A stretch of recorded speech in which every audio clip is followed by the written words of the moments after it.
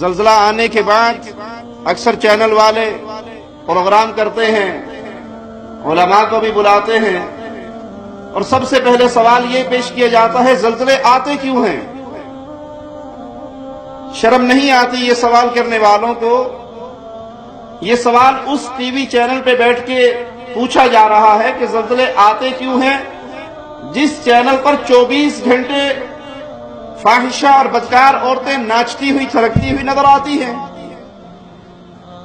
جہاں ساز، ڈانس، گانے، باجے، گھنگروں کی آواز گونجتی ہے، جب زنا عام ہو، جب شراب عام ہو، جب ناچنے والی سروں پہ مسلط ہو، تو آسمان سے پھول گریں گے یا زلزلے آئیں گے؟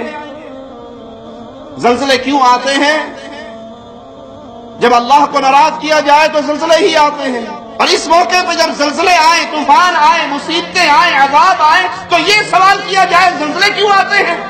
اپنی اداؤں پہ غور کرو، زلزلے کیوں آتے ہیں؟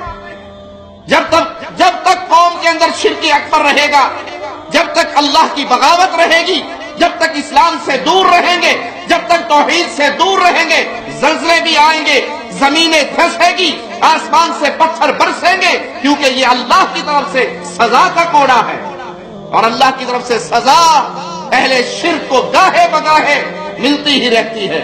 عقل مند ہے وہ جو ان سزاؤں کو دیکھ کر توبہ کرتا ہے، رجوع کرتا ہے اللہ کی طرف، معافی مانگتا ہے، اللہ کو راضی کرتا ہے۔ اور ظالم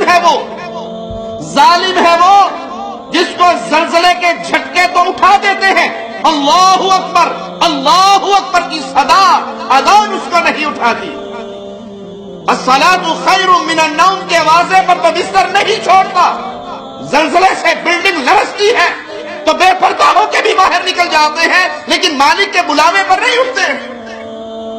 لوگوں آؤ اللہ کی توحید کی طرف لوٹو، لا الہ الا اللہ کے فہم کی طرف لوٹو۔